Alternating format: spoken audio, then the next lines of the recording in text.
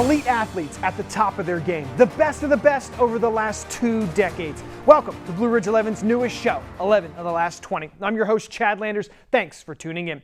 For this new series, we are taking a look back at the best athletes from a wide range of sports spanning from football to basketball to softball, baseball, wrestling, and field hockey. Each week, we'll count down the top 11 athletes over the past 20 years, chosen from right here in the Blue Ridge 11 coverage area by a panel of coaches and local media members. Leading off our inaugural show, the top 11 quarterbacks. Behind the center is the man who calls the plays, the quarterback. I told you he's much better rolling out. Wow. Feeling pressure, dumps it in the flat. Nice it's caught. play. Woody Miller in for the touchdown. Steffi slips away, and he's going to reach the end zone for a touchdown.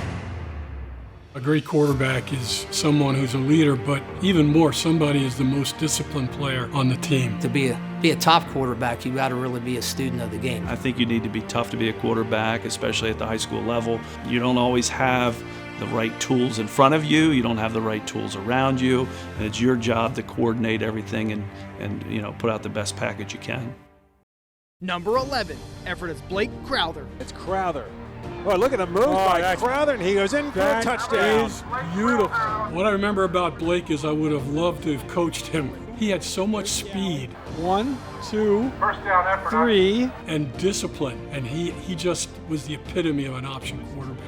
Plus, he could throw the ball, which he was one of the leading passers for Ephrata High School. He embodied, what you were looking for, a quarterback who could run when he had to, throw when people were open. Crowther with time, going long, ball is up, and it is caught caught for the play. touchdown. Very, very nice play and a beautiful throw.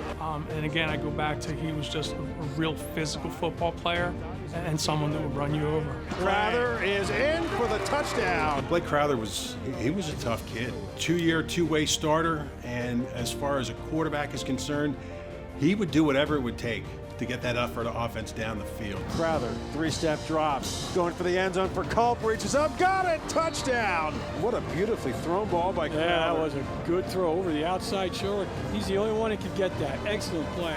He had a nice balance of running the ball and put up some pretty nice numbers passing the ball as well. Number 10, Warwick's John Resch. Pound for pound, he was just as tough a kid as I had ever had. Resch faked out, they're going to run option left, he's going to keep it, and he gets in the corner for the touchdown. He probably wasn't as big as a lot of the quarterbacks on the list that we're talking about, but he just had the heart of a lion. Not huge, not 6'2", 215.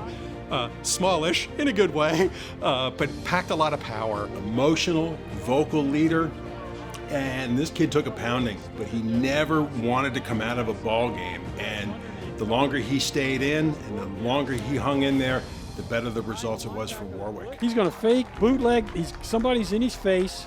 He gets by him, goes toward the line, spots his receiver, and throws on the run. Oh, that is just gorgeous. Before the term dual threat was dual threat, he was a good runner, a great thrower. He just understood that when game time came that you're in charge. Nobody can see you sweat. When you're the quarterback, nobody sees you sweat. His demeanor off the field, not happy-go-lucky, but he just has a joy about him. I think that helped a lot in terms of him being a focus as a student athlete and understanding the task at hand. And he had such a will to perform. You could tell he just loved the game, and he was willing to do whatever he had to do for Warwick to win. I love that kid, man. He was great. Number 9, Cocalico's Brett Janis. When I think Brett Janis, I think prototypical Cocalico option quarterback. Ran the option. Janis on the keeper, he's got it and more. He's got it. He is gone. Wow. Boy, 40 yards with a touchdown run. Knew when to pitch. Janis passes, and it's caught. Knew when to keep. Janis is going to keep it. Cuts inside, stays on his feet. First down. Could throw it a little bit. Janis to throw.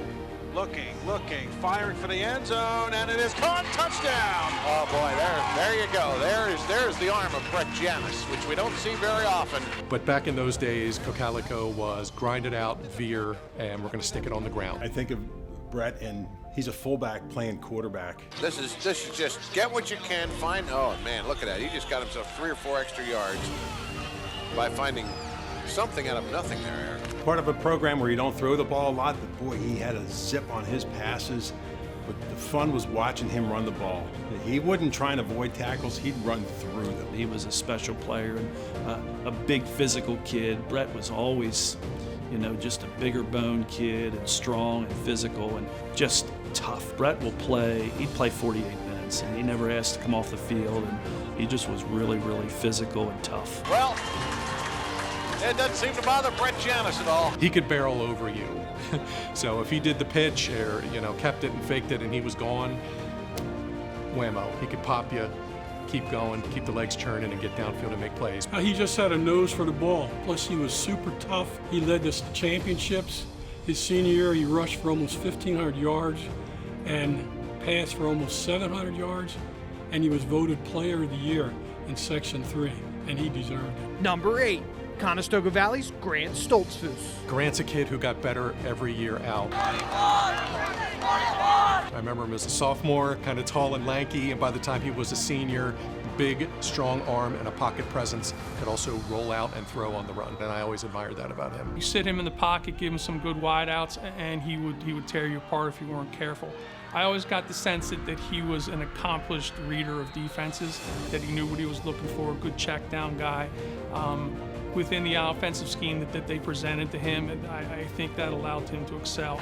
Grant was part of a perfect scenario for CV that likes to throw the ball a lot.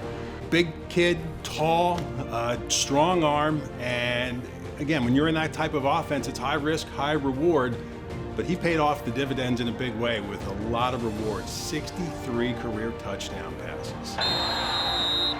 Touchdown, CV. The countdown's only just beginning, so stick around because after the break, we look back at quarterbacks numbers 7 through 4. It's all coming up next on 11 of the last 20.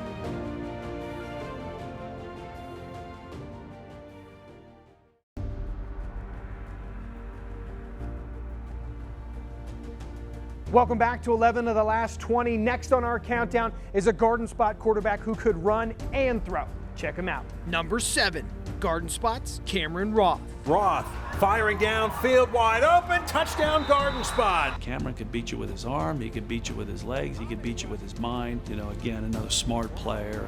The system that they ran over at Garden Spot really accentuated the quarterback position. He made all the calls, he made all the decisions, and he was just tough to figure out. He hurt us. On 2nd and 12, Roth going long for Folk, and he's got it down the sideline inside the 30. Matt Folk is going to go the distance, touchdown. 82 yards on the connection. A couple times we played him, I just always was amazed by his ability to read in the offense that Garden Spot was running at the time. He made split-second decisions and would make you look bad at times. Was not afraid to take it right up the middle. He hurt us a lot with that. Then he was just a really, really good football player. 5,000-yard passer, 2,000-yard rusher, and not many kids in LL League history have ever done that. Super talented, multi-purpose threat kind of kid. You couldn't really try to stop the run because he'd kill you with the throwing, and then if you didn't put a body or two on him, he'd beat you with his feet. We had some tough games with Garden Spot in that we couldn't slow down Cameron Roth. I think what makes him so impressive is that he passed for 1,000 and ran for 1,000 in a single season, which was not done too often throughout the Lancaster-Lebanon League. But more importantly, I think that makes it impressive is that he did this during some lean years at Garden Spot. And to put up those types of numbers, that's a job well done. Number 6, Manheim Central's Jared Moyer. They got a great one in Jared Moyer, 6'4", and Gary, a quarterback, much like a point guard in basketball, an extension of the coach on the field. This guy is for Mike Williams out there. Jared had nice physical ability, 6'3", 6'4", and he was a great kid. The key about him, he led us to that 2003 state championship, and in that game, he made what I perceived to be one of the greatest plays in Manheim football history. Moyer looking. He's got a man open in the corner of the end zone. Didn't see him and throws for the touchdown anyway. It was 4th down, and we were behind, maybe 3rd or 4th, maybe 4th quarter, and he scrambled and found somebody in the end zone. We scored a touchdown on 4th down with about 10 yards to go. So it was a great play. Had we not made that play, I don't know if we would have won the game. But Jared, again, what you can't take away from him, a great kid, great to coach, and he won that state title and made one of our greatest plays in Manheim history. Very first thing I thought of was what a physical specimen he was as a football player. He was very glad to run you over as opposed to run around you. It's going to be Moyer on the keeper, and he's down the sideline. He's got the first down inside the 30-yard line. Great leadership qualities. You remember him being very tenacious and tough on the field. His running ability was outstanding. You couple that with his ability to throw, and it made him a great quarterback. And not the funny thing, but when you think of Manheim Central quarterbacks, Simon comes to mind, Kagerice, Jeff Smoker. I'm going back a ways, but I think people really need to appreciate what an excellent quarterback Moyer was. Old school quarterback, pocket kid, but could also run, 1,000-yard passer, 1,000-yard rusher in a senior year. When you're talking the annals of Manheim Central football, he's the kid. He won the state title. He got him to the Snow Bowl, which nobody will ever forget around here in these parts. When I think of Jared Moyer, I think game manager kid, made big plays in the clutch, obviously getting them to the state finals, but just a really smart, heady kid, didn't turn it over, got the ball out to where it needed to go. Quarterback of the state championship team. I think the thing that stands about Jared was that he had great command of the huddle. I mean, the guys on the offense just respected him. He was the man in charge, and he proved it with that epic game in the snow. Championship gold medal time for the Manheim Central Barons, their first ever. Number 5, Manheim Central's Cody Kagerice. Man, was Cody quick. Kagerice with a huge hole. There he goes. Kagerice in, touchdown Barons. That is the icing on the cake for Cody Kagerice. He is just amazing. Cody wasn't that shifty guy, but put him in a game and he could juke almost anybody. He was like a whirling dervish running, He had high knee action, and he was really, really hard to tackle. And so many times he made huge plays. He made something out of nothing. Kagerice, a great read. Kagerice inside the 20. He's gone. He rushed for 1,600 yards his senior year, and at the same time passed for 2,300 yards. Sometimes I know looking at the film, you just shake your head to see some of the plays that he made. He was one of our greatest quarterbacks. Very quiet kid. Wasn't a big media guy, not that he was seeking any attention, but he was quiet. But when the lights popped on and the scoreboard popped on and the game started, he just exploded. He was like a different person out there. 1,000-yard passer, 1,000-yard rusher. That's a very elite club in the LL. Not many kids have done that since 1972. Cody Kagerice is in that club. Love that he was the Maxwell Club Pennsylvania Player of the Year in his senior year. Cody Kagerice, his 4th rushing touchdown. When he passed for 2,000, rushed for 1,000. Here's the thing about Cody. I think he's underrated. I think when you think of Manheim Central quarterbacks, you think of Smoker, you think of Simon, you think of Matt Nagy, and Kagerice's name doesn't always come up, and I know I'm missing some kids there, but Kagerice was super talented. Again, took them to section titles, took them to districts, multi-purpose kid. He's one of the best I've ever seen in Pennsylvania in my 36 years. Number 4, Warwick's Joey McCracken. He's a new wave, new age kind of quarterback kid that can do it all. McCracken across the middle, caught. That is Thatcher Miller in for the touchdown. Joey McCracken is such a dynamic, dual-threat player. I saw Joey as a sophomore, and I thought, man, this kid is going to be something special. He comes across as quiet in the field, but he knows he has the capability to do the things he does.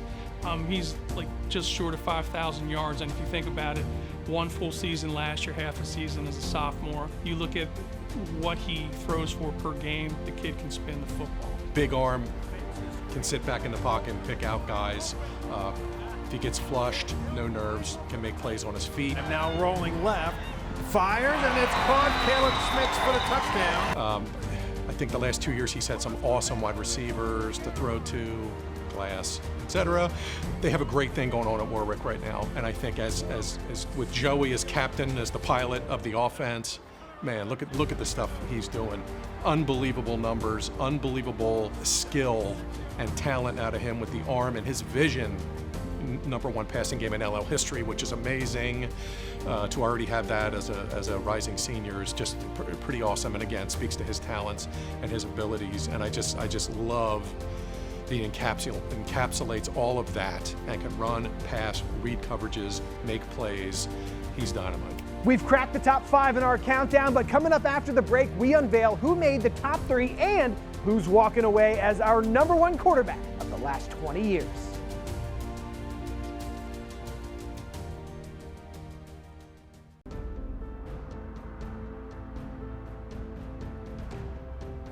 We're back on 11 of the last 20, and it's time to dive right into the top 3 quarterbacks on our list. All 3 of these guys were strong leaders on their team and led their squad into at least one District 3 title game. Number 3, Conestoga Valley's Jordan Steffi. Jordan Steffi might be the trendsetter as far as that dual threat quarterback is concerned. I'd love to see him playing in today's game. Steffi slips away, and he's going to reach the end zone for a touchdown. Big, strong, fast, and a rocket for an arm. 4th touchdown pass on the night for Jordan Steffi. He was one of the first multi-purpose threat kids that I remember covering full-time. Could run and pass, make plays on his feet. He was fantastic when flushed. Pressure did not bother that kid at all. He thrived under that pressure. Huge arm, could scramble and make plays. Multi-purpose, multi-talented kid. He was the quarterback like a Jeff Smoker, like an Evan Simon. He had all the tools, and of course he went to Maryland, so he had the Division I tools. But had he been in this day and age, he could turn for 3,000 yards. I'll always remember their games with Manheim Central. That was kind of the peak of their rivalry with Manheim Central back in those days. And I remember him having some big nights against the Barons. I know he had a 7-touchdown night at one point in his career. Obviously, he's one of those kids that commanded presence in the huddle. Everybody looked up to him and his athleticism, and he was one of those true leader kids. He was athletic. Saw the opening and took advantage of it. That was a big rivalry at that time, Conestoga Valley, and they beat us early on in my coaching career, Coach Contafio, and then we kind of turned it around, and I think we won 15 or 16 straight from them, including Jordan Steffi's years. But I tell you what, we were scared every time we played them because we knew what talent he had. I admired him as a high school football player. You know, a lot of times coaches don't really pick out a player that they totally admire. Like I do admire Noah Palm. He would be somebody that I would give a hug to, shake his hand any day of the week. Jordan Steffi was the same way for his personality, his leadership, his skills. And what sticks out most in my mind maybe is not what Jordan did during his football career, but what he did after, what he's doing today. It's hard to find someone a better person than he is today. So he had those characters starting even in high school and through college and now today. Number 2, Cocalico's Noah Palm. Open field. Noah Palm being chased. Long run and is in for a touchdown. You only can shake your head. That guy was Mr. Everything for them. Noah Palm. What's left not to say about Noah Palm? Noah Palm might be one of the best two-way players I've ever seen. Just his passion to be successful. He just works so hard, and you can just tell a kid when he loves the game and that's all he wants to do. Noah, in terms of being a leader, I think the best attribute that I could say about Noah's leadership is that he brought it every day in practice. Like when your best players, your hardest worker, you're going to have great teams just because they see that their key player is just practicing like every play is his last play.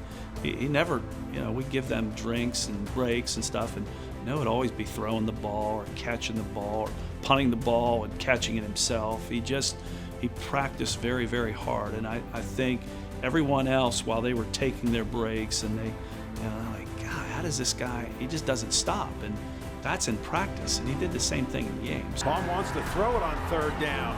Looking for Zom, goes up, he's got it, touchdown! So, Noah's leadership was just in the way. I think he treated everyone. He never wanted any notoriety. He was not he didn't like the press. He didn't like doing interviews. He didn't like any of that stuff. He just performed and practiced really, really hard. Palm to put it up. Going downfield, he's got Landers open, he turns and makes the catch. Touchdown! What a great pass. What a career for him. 4 years, started as a freshman as a safety. His 3 years at quarterback for Cocalico, jaw-dropping. He just was the consummate player, the typical great high school player that does everything and led his team to victory. And, you know, some people would speculate that this past season, without him, Calico might have been 500. I hate to say that because all those people in Denver will be upset with that statement, but as an outsider looking in, he did so much for that team, and I'm sure all the players and the coaching staff at Calico would sort of agree how great of a player he was and what he particularly meant to this year's team. Noah had so many moments, but the one in the state semifinal when we were down and we were coming back in the second half, and he ran a midline, and the guy had him by the ankle or whatever and ripped the shoe off, and he ran 60 yards with one shoe on it. Inside the 20, he's in, touchdown! I didn't realize that he ran 60 yards with one shoe on until, you know, afterwards I'm like, he doesn't have his shoe on. He was just a great teammate, you know, and he shared in all his accolades. He always gave credit to his line, gave credit to the running backs and the receivers, and you know, there was so many, but that one stands out. Unbelievable career, captain in style, winning districts, 5A player of the year in the state. That kind of says it all. That's where he's at. Simply amazing. Awesome kid, and what a career he had at Calico. He's the GOAT at Calico. There's no question in my mind. I've been following it since '55, or part of, and he's the greatest player of all time at Calico. Number 1, Manheim Central's Evan Simon. All right, Evan Simon. Seen a lot of Evan Simon. I mean, what can you say? The kid's player of the year. Simon will run it in. What a great play. PA Sports Fever Player of the Year, Mr. PA. Last year, he was first team All-State. I mean, you know, you can see all the statistics on Evan, how many yards he's thrown for. Probably a quarter of those were against us. Simon again to throw, has time, looking long, he's got a man. It is caught. That is going to be Ben Wagner in for the touchdown. 56 yards. So I got to see that firsthand. But, you know, I think the thing that stood out to me with Evan Simon is he always seemed to have command of what they wanted to do, Manheim. 8,000 plus passing yards is hard to come by, and I've had the privilege of seeing him 4 times in the last 3 years up close and personal. And one of the things that really sticks out is he is just tough as nails. I've seen him take some shots against us and some other schools and just continue to play football. Great arm, great rushing ability, and anybody that's a Division I football player, as he's at Rutgers right now, that says a lot about him as a person, but just a really fierce competitor. He's going to run, and he's got a lot of room, and he will take it in for the touchdown. How good was Evan Simon? Well, when you talk about Manheim Central and all their great quarterbacks, and he has, I think, all the records, or at least most of them. I mean, he just throwing and running, and he was great. He was All-State 2 years in a row, and his senior year, he had no help at running back, and he basically did it all on his own. And he played safety, and was one of their leading tacklers. I personally think, of course, he was the greatest quarterback in Manheim Central. Well, Evan was really the consummate quarterback. He had the size, the speed, and the arm to be that big-time quarterback, which obviously Rutgers and others thought that he would be. And his senior year, he made some great plays. Again, he had all those qualities of that big drop-back type quarterback. Simon with time, goes downfield, pass is caught, and a touchdown for Colby Wagner. But he also was a great runner. And his senior year, you know, he was the real player the senior year because he also played defense. And for him to not be able to come to the sideline and talk to Coach Hahn, and he had to be on the field the whole time, and to do what he did this year, breaking almost every record. We've had some great quarterbacks over the years, and he broke almost every record. This past season was really pretty amazing. But he was the guy. I mean, we had one other quarterback.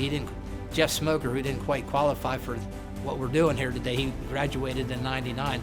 He was very much like Jeff, and had the size and the arm and the mentality to be at that top level. So great great season this past year, and he always played well in the big games. You know, our victory over Cocalico, he was huge in that game and made some great plays in that game. The one play I really remember Evan for was in the district playoff quarterfinals against Warwick this season, when it was in the second half. I think it was a 4th down play where he kept the ball, went around left end, broke a couple tackles, made a spinning play on the sideline, and broke away down the left sideline to score a touchdown. Evan Simon, touchdown! What a play!